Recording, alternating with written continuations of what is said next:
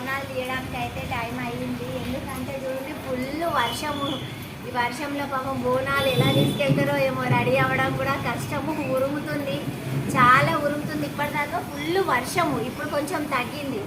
ఎందుకంటే మా బంగారు మైసమ్మ మేము లేవంగానే మాకైతే దర్శనం అయితే ఇవ్వడం జరుగుతుంది. మా ఇంటి ఎదురుగానే ఉంటుంది బంగారు మైసమ్మ తల్లి. కాబట్టి మాకైతే బోనాలు లేవు కాబట్టి మేము మార్నింగ్ నుండి ఏం రీల్స్ ఏం చేయలేము, ఓన్ వీడియోలే చేసినాం. సరే ఫ్రెండ్స్ బాయ్, లైక్ కొట్టండి.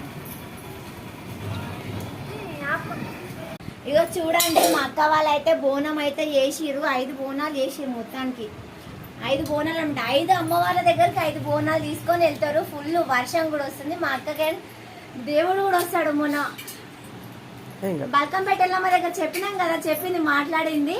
మీరు చూడొచ్చు, ఆమెని ఆల్రెడీ చూసే ఉంటారు. ఎందుకంటే మేము ఆ రోజు పెట్టాము, వీడియోలో కూడా చూపించడం జరిగింది.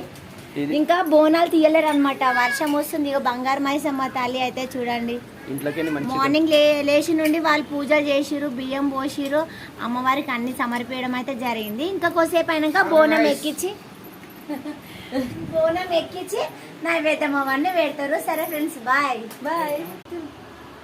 అన్నీ ఏం చేస్తావా? చేస్తారా? మేమే చేస్తాం. Hello friends, hi friends.